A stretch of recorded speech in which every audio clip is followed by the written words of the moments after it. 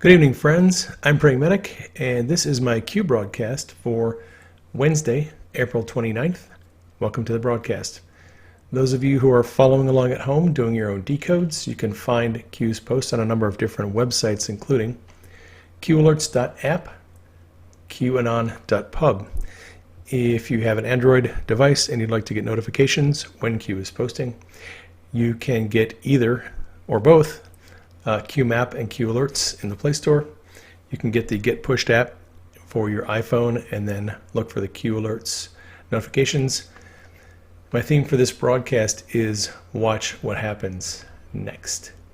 If you are new to Q, or even if you're an experienced decoder and you want a little information on Q, I have a book called Calm Before the Storm, Q Chronicles Book 1. It is my first book in the series of books that explain Q's mission. All kinds of information in here, some of the major themes that Q covers in the first few months of his operation. I talk about game theory, I talk about the arrests of the Saudi princes in Saudi Arabia, talk about the Clinton Foundation, some of the issues with Barack Obama's presidency, the Iran deal, things of that nature. There is also a quite extensive glossary in the back. Has over 500 terms, abbreviations, acronyms, and symbols that Q uses in his posts. So if you need some help understanding Q, or if you want to get a red pill for your friends and family, it's available on Barnes & Noble, also available on Amazon, paperback, and Kindle. All right, let's jump in. So last night, Q posted this message. It's an image with 3 American flags and 3 asterisks. Or stars, maybe. Well, in the U.S. Army, in the military, a lieutenant general is sometimes called a 3-star general. And Lieutenant General Flynn is a 3-star general. So I think this post from Q is simply pointing us in the direction of some happenings that are coming for General Flynn. If you haven't been following along, on Friday, last Friday, New York Times published an article confirming that U.S. Attorney John Durham is investigating leaks to the media, including the leak of transcripts of General Flynn's phone calls to former Russian ambassador Sergei Kislyak. That article seems to be an attempt by the press to get ahead of a story that's about to break, a story that involves illegal surveillance of General Flynn and, through spying on him, also spying on the Trump campaign. On Friday, also, same day as that news article came out, DOJ announced that they had filed under seal evidence that is exculpatory in General Flynn's case. It will actually help prove his innocence. And General Flynn's attorney, Sidney Powell, said that she expects some of those documents to be made public in the next few days as the Department of Justice goes through and does their either redacts or unredacts information. She also said she's expecting more documents to come forward from the DOJ. Let's see, last night we had this post from Q. It's a repost of an old drop where Q wrote, "Same evidence to free Flynn currently being used to indict others, grand jury, GJ in brackets. 302, the FBI 302 is modified. That's 1 count in an indictment. Who listened in on General Flynn's phone call, 2 counts in an indictment regarding FISA abuse. That's 6 counts. And then Q wrote about FBI agent 1, P in brackets, Flynn interview. This is either Joe Pientka or Peter Strzok.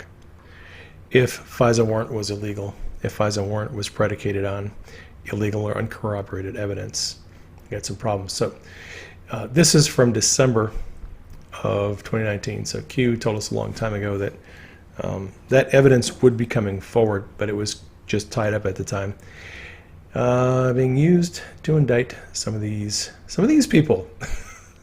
All right. So Q dropped a post last night with this familiar document.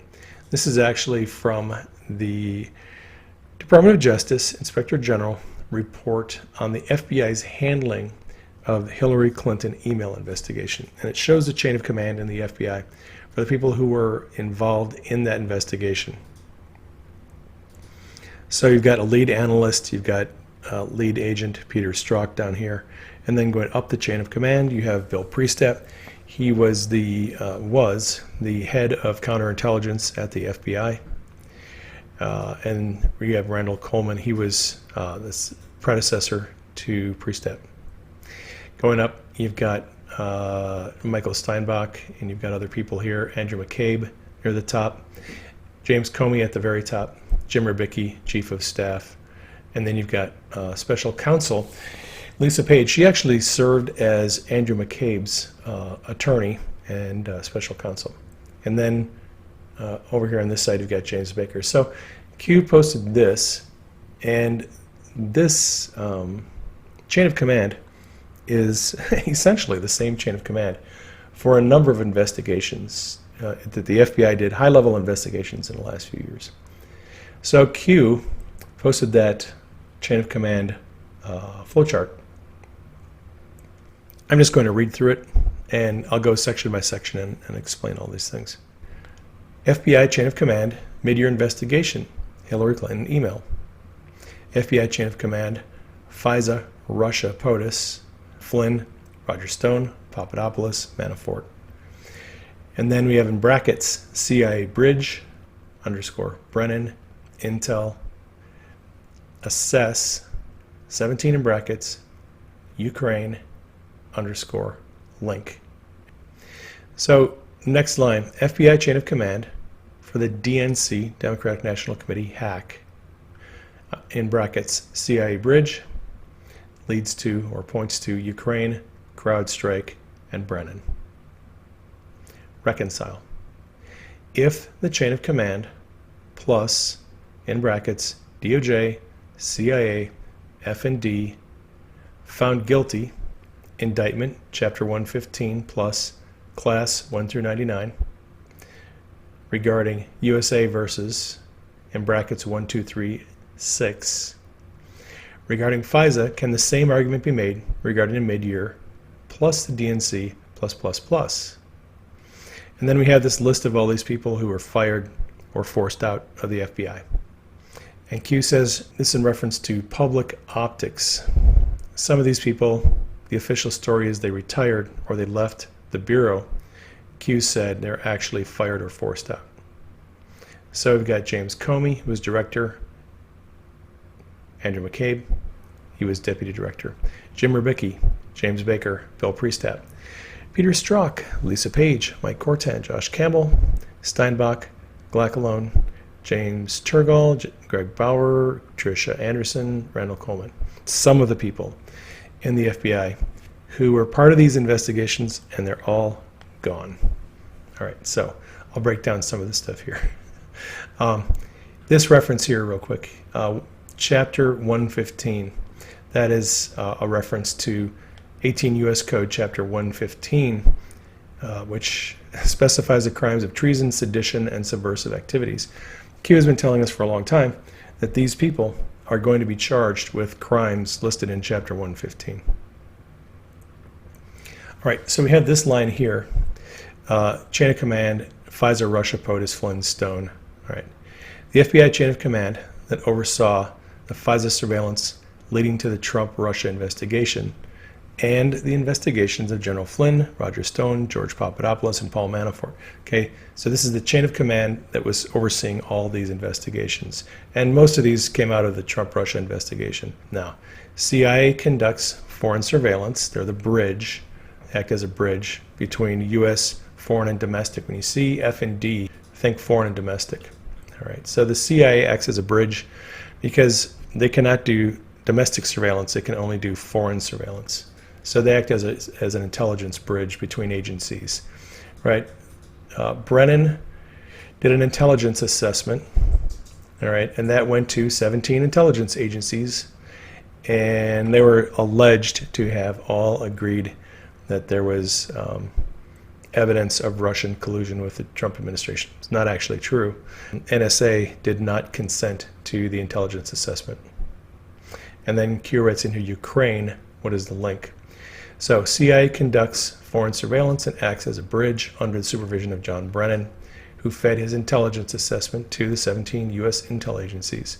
That black ledger that was used in an investigation in Ukraine against Paul Manafort. I think John Solomon and Glenn Beck have looked into that. The Ukraine had actually closed that investigation, and prior to the election, some people who opposed the president asked for that information to be sent over. So there's Ukrainian links in all of this. All right, now for the next line. We have this FBI chain of command, DNC hack, CIA bridge, Ukraine CrowdStrike Brennan. The diagram that Q provided also shows the chain of command for the FBI investigation of the so-called DNC hack, which wasn't actually a hack. Brennan's CIA served as a bridge to foreign nations like Ukraine, who assisted with that operation. CIA framed Russia for the hack. Now we know from WikiLeaks Vault 7 that the Umbridge program CIA has allows them, or enables them, to take bits of digital code and embed it into either software or on hardware, and it will leave digital fingerprints that point to a known entity that creates this kind of computer code. So if you have a program that you know is developed in Russia, you can take a bit of that code, computer code, leave it on a device, and it will then implicate the country where that code came from. And actually the CIA does that to create false digital fingerprints. And Q has suggested that that's what happened, that CrowdStrike helped with the technology end of this, with the CIA, and they essentially framed Russia, said that, Russia was the one that hacked the server, the DNC server. Although Q has also said that it wasn't a hack, that Seth Rich gave the files to Julian Assange. And Assange's testimony has really supported that the whole time. Next line down. If chain of command, DOJ, CIA, foreign and domestic. All right, so here's a decode on this. If the chain of command, which includes high-ranking employees in the DOJ, FBI, CIA, foreign and domestic, are found guilty of the crimes of treason, sedition, and subversive activities, the specific charges of which are still classified. So when Q writes class 1 through 99, I just interpret that as this information is still classified. So the charges in the indictment from the Chapter 115, we know that it involves treason, sedition, and subversive activities. We don't know the specific charges. Specific charges of which are still classified. In the cases, USA versus Clapper, USA versus Comey, USA versus Brennan. So that's this section here, USA v 1, 2, 3 through 6. Right. This is interesting because Q kind of alludes to 6 people who are going to be defendants in cases against the Department of Justice, and it regards FISA abuse. Okay, so there's going to be 6 defendants in all in this first section of indictments that are going to come out. Can the same argument then be made that the chain of command in Hillary email investigation and the investigation of the DNC hack was filled with corrupt people? That's kind of what Q is getting at here. If the chain of command of one investigation is found to be corrupt, it kind of implicates the chain of command in all the investigations. All right. Then Q posted this meme, which has images of a lot of these people: Peter Strzok, Baker, Comey, McCabe, Josh Campbell, who are all forced out or fired, Lisa Page. Sally Yates, coming soon to a theater near you. No, John P. Carlin and Mary McCord. These people all have big problems coming. All right, Q then posted this, which is basically a description of the many ways in which the Mueller investigation was used to harm the president. Mueller, the Mueller investigation, and he's in brackets. Ooh, I like that. The investigation was designed to take in evidence that was needed to expose the deep state, and then that evidence could not be used because the DOJ would block it, saying it was evidence being used in an ongoing investigation. And that's sort of what we're finding out with General Flynn's case. Some of the evidence that would exonerate General Flynn was being used in another case. It was being used to indict the people that spied on him. So sometimes evidence can only be presented in one case at a time. It can't be presented usually in multiple cases, especially if there's grand juries involved. Mueller investigation was designed to limit the president's ability to maneuver. It was designed to stall for time until the midterm elections, 2018, to terminate House and Senate ongoing investigations. The Mueller investigation was designed to safeguard the Democrat Party base false narrative regarding Russia collusion. Right. So as long as the Mueller investigation is ongoing, Democrats in the base can continue to accuse the president of collusion with Russia. Also used to smear the president and say that he cheated, that he's evil. The sky is falling. In an effort to divide and mobilize for future protests, riots, threats, violence, false flags, etc. The Mueller investigation was designed to provide fake news with ammunition to sway public opinion, obstruct foreign and domestic agenda.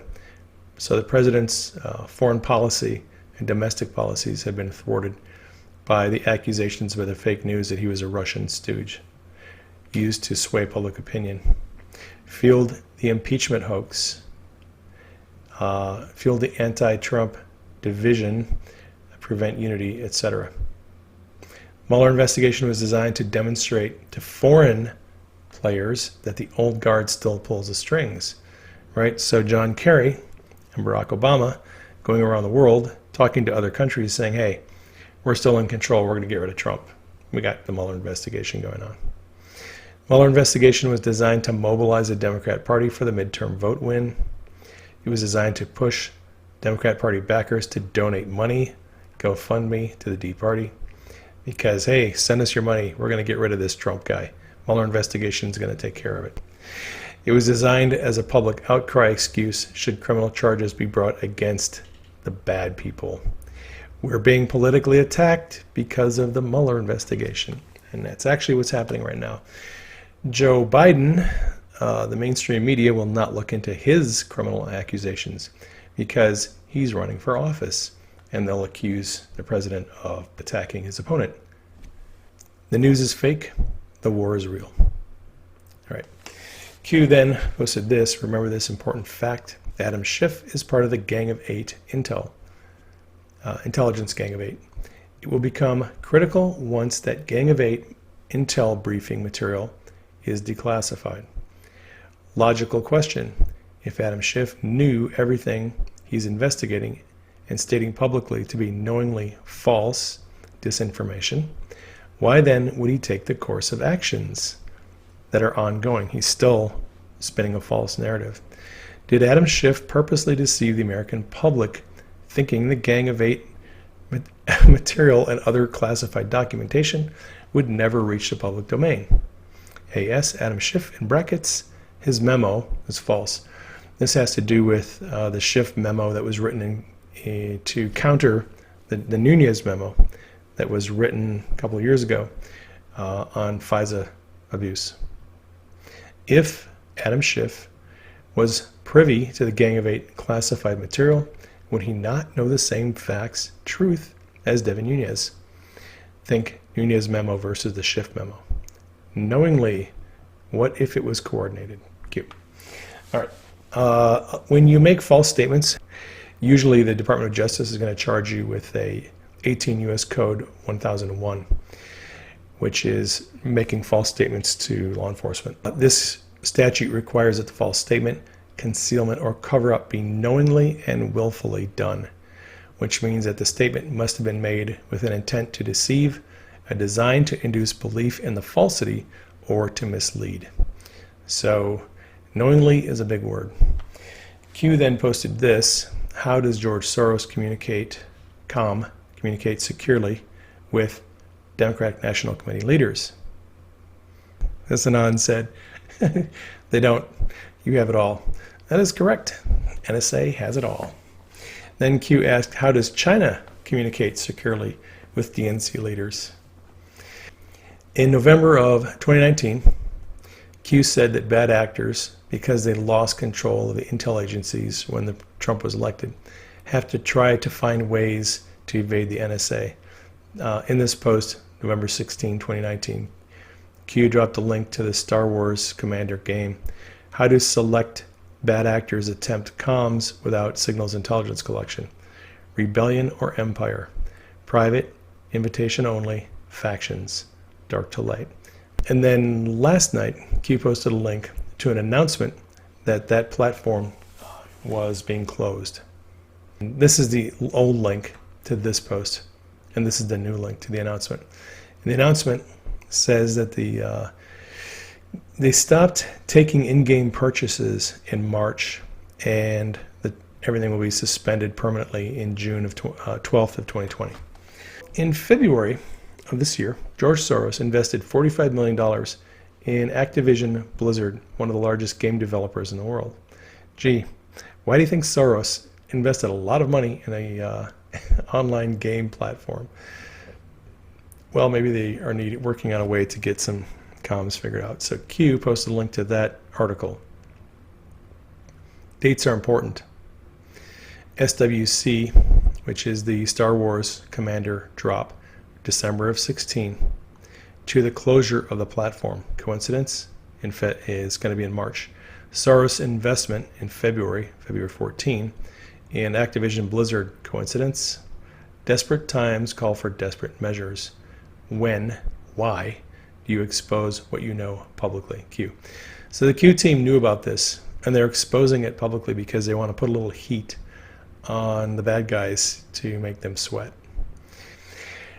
Q posted a link to Twitter support last night, and Twitter support said we're having some trouble delivering DMs right now, direct messages. You may be getting a DM notification, but you're not seeing the messages that were sent. As soon as this is fixed, we'll let you know. Twitter was acting really screwy last night. It totally messed up my thread. I had to keep trying to relink the tweets as I was putting them out there because Twitter kept linking them the wrong way. So Q posted a link to that and said all the walls are falling down.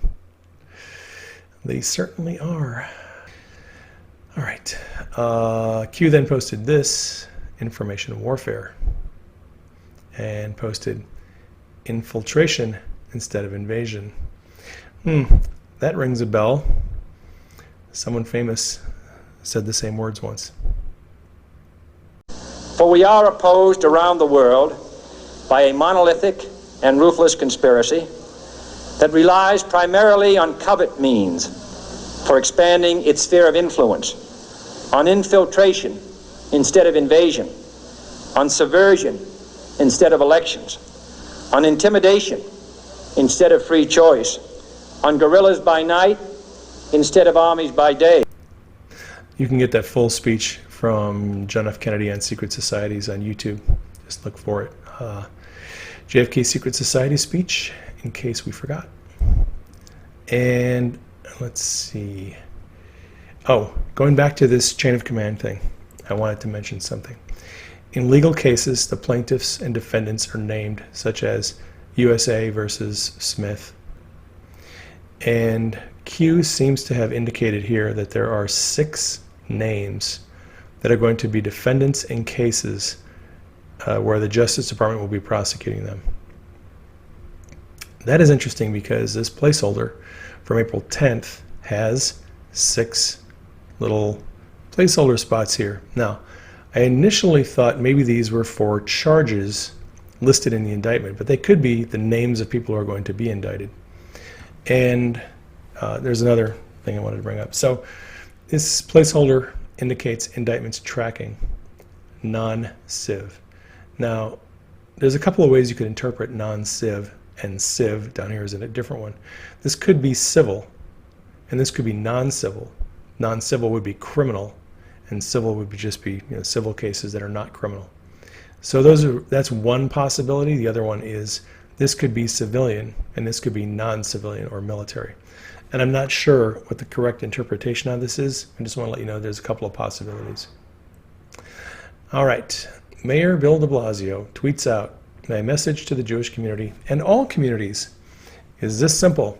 The time for warnings has passed. I have instructed the NYPD to proceed immediately to summons or even arrest those who gather in large groups. This is about stopping this disease and saving lives, period.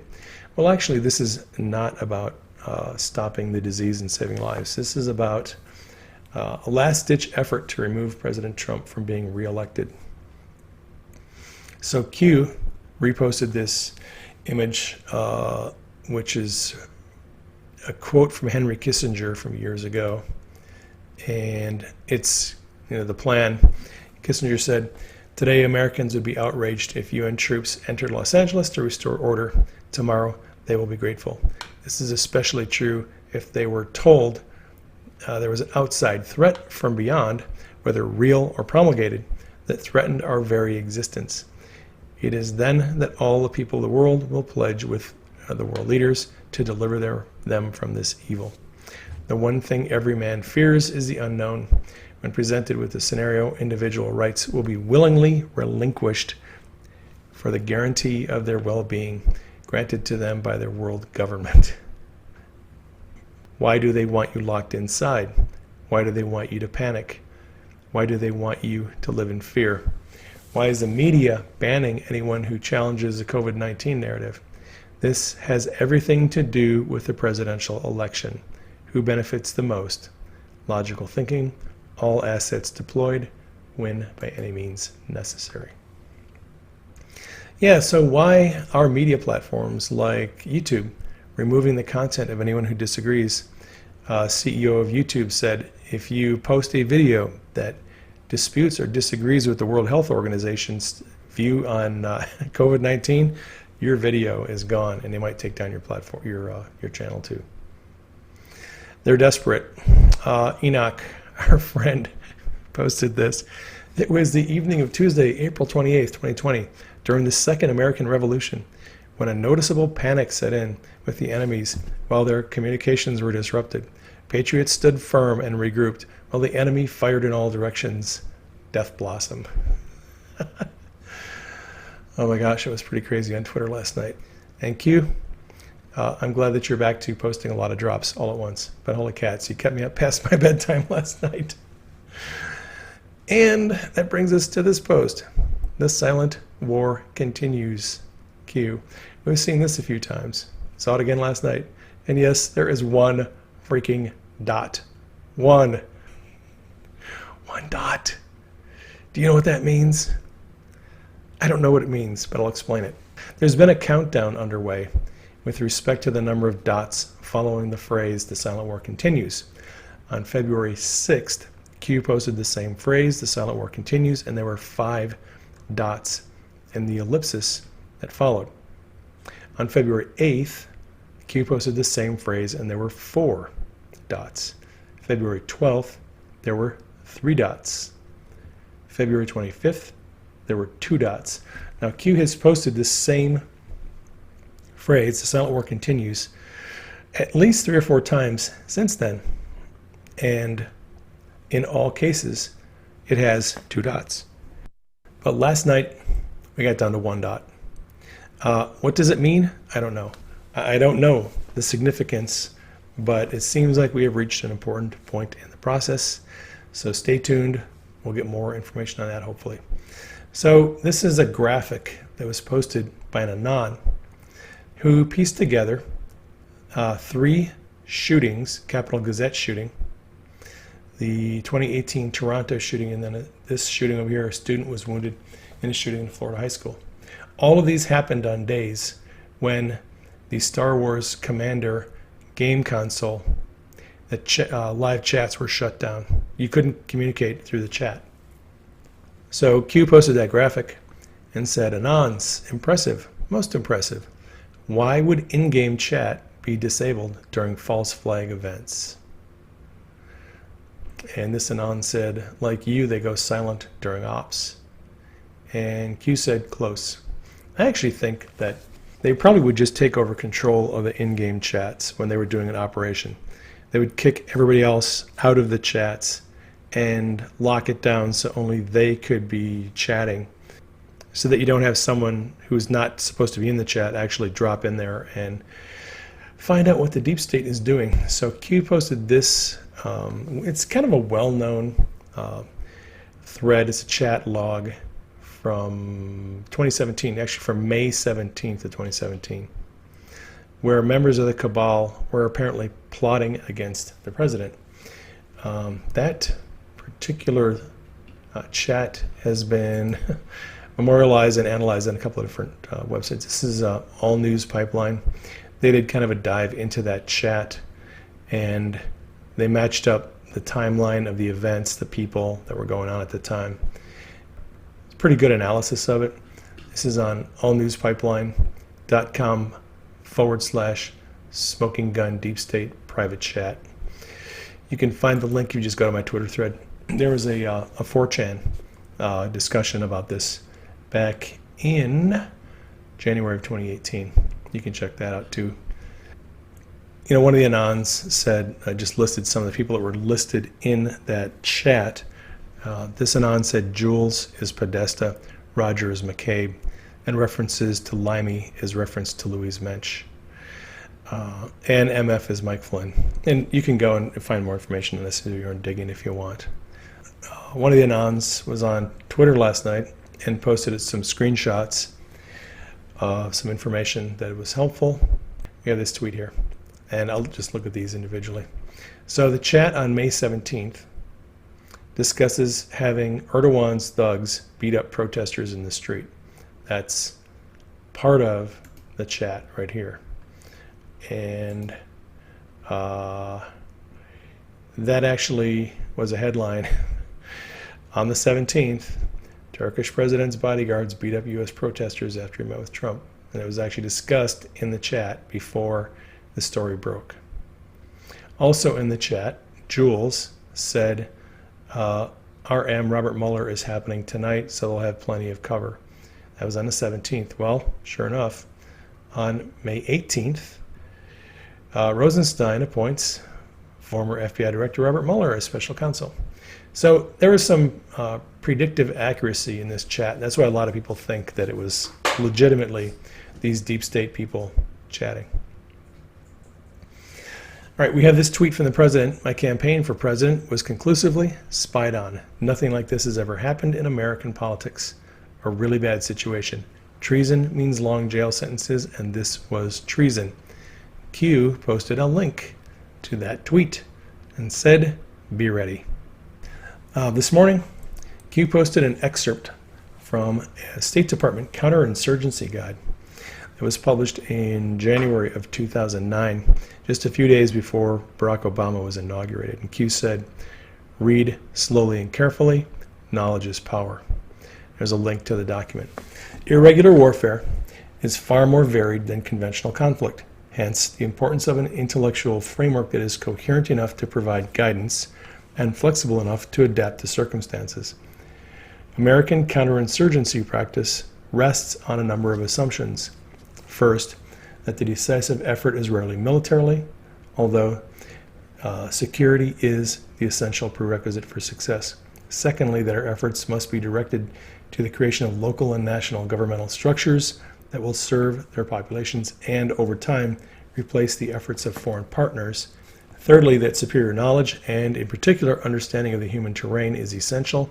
And lastly, that we must have the patience and perseverance in what will necessarily prove long struggles.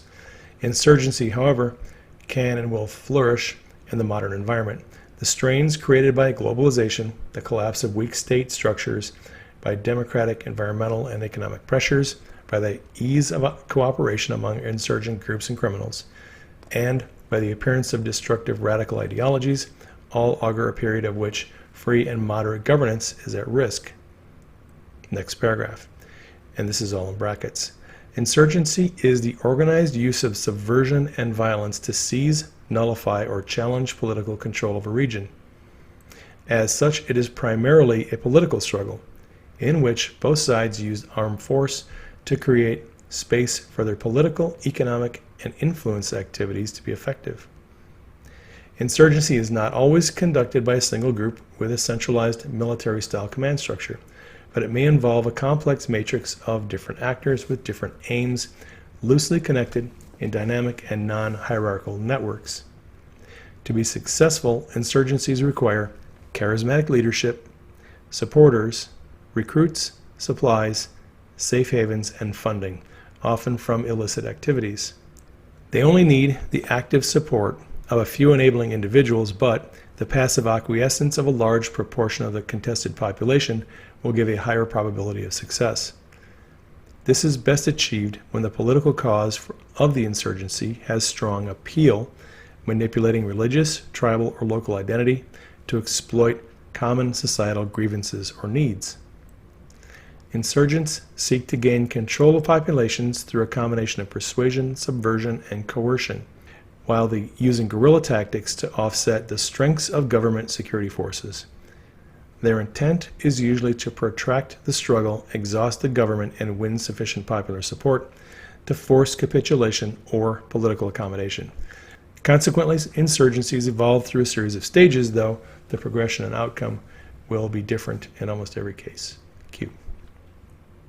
And I think Q was highlighting how insurgency tactics are being used right now by the establishment to control the population in the hope of removing the president from office. Specifically, I think these lines are important. To be successful, insurgencies require charismatic leadership, supporters, recruits, supplies, safe havens, and funding. So all those in the establishment who are trying to get President Trump out of office, these are the things they need. They need some charismatic leaders, they need some funding, and they need supplies and control of the media. They only need active support of a few enabling individuals, but if the general population passively acquiesces to their demands, they have a higher probability of success. Now, this COVID-19 narrative that's been being pushed on us by the mainstream media has caused a lot of people to just passively accept that this is the way it has to be done. And their intent is to protract the struggle, right? So this whole effort to remove the president from office is a war of attrition. They just want to protract this battle and grind it out and hopefully run out the clock and do enough damage to President Trump so that he doesn't get reelected. They're trying to exhaust the government, win sufficient popular support to force capitulation or political accommodation. That's what they want. They want Trump to give in to their agenda or get out of office, right? So that's how insurgencies work. General Flynn talked a little bit about insurgencies. Because this was an insurgency, folks. This was run like an insurgency. This was irregular warfare at its finest in politics. And this morning, Q posted a link to a Google document, Knowledge is Power, Q. That document provides some of the scientific evidence showing the effectiveness of chloroquine and hydroxychloroquine in treating various strains of the coronavirus. And some of this research was done more than a decade ago.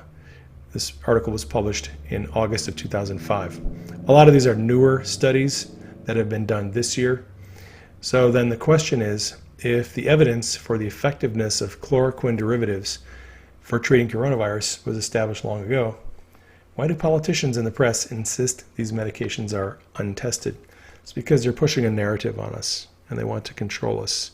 And it's really about getting rid of President Trump. That gets us caught up to Q for today. Thank you for joining me in the broadcast. If you've enjoyed this little journey, you might want to subscribe to my channel. Thank you for sharing it on social media. Please keep President Trump in prayer. Keep Q and the team in prayer. Keep me and Denise in prayer. We love you all. Take care, and we'll catch you on the next broadcast.